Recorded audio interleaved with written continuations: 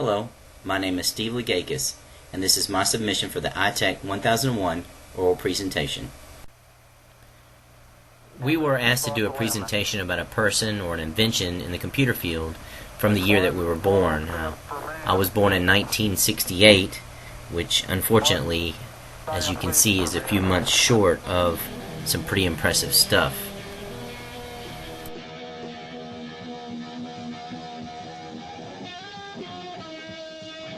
I've chosen to do my report on one of the lesser known but very important inventors of the late 60s and his creation for my report. We're going to start with somebody that everybody recognizes, Mr. Bill Gates, and what he's known for, which is obviously Windows. The history of computing is littered with names of people who've contributed so much, but today receive little or no recognition, either publicly or financially. Many of the names that we've covered in this class, but I doubt many of us will remember most of them after this class is over. People like Ed Roberts, who designed and built basically the first computer for the homeowner, just the hobbyist,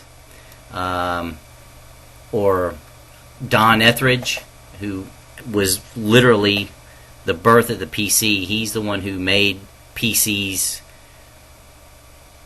cool, I guess.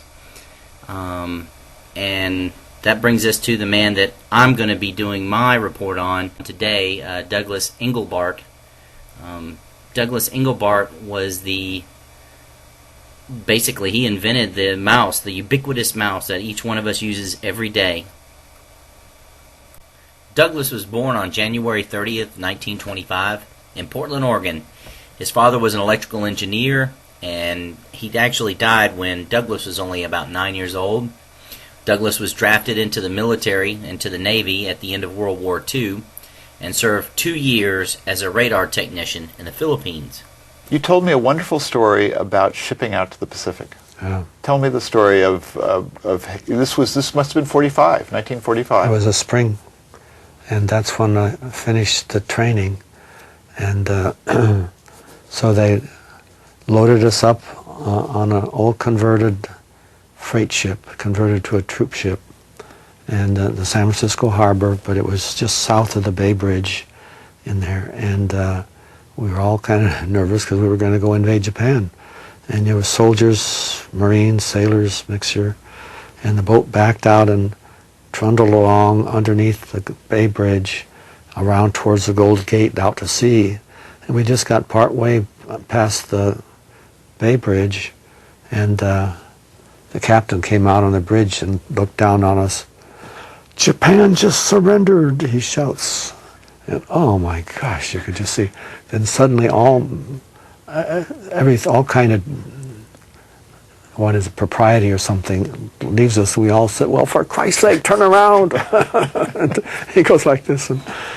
But anyway, it was a very different trip. On December 9th of 1968, Douglas gives what's called the mother of all demos, where he introduces his pointing device along with some other new computer capabilities. In this video, he explains how the mouse got its name. And in a second, we'll see the screen that he's working and the way the tracking spot moves in conjunction with movements of that mouse. I don't know why we call it a mouse. Sometimes I apologize. It started that way, and we never did change it. One of the last projects that Doug Engelbart was involved in before his passing was the Doug Engelbart Institute. This was formed by himself and his daughter Christina, and the goal of it was to boost our collective capability to solve important problems intelligently, for which he had coined the term collective IQ. Douglas Engelbart died this month in his home in Atherton, California on the 2nd of July due to poor health. While Douglas never made millions off of any of his inventions, the fact remains that no matter what kind of computer you have or what operating system you have, you will inevitably have a mouse. Douglas, you will be missed.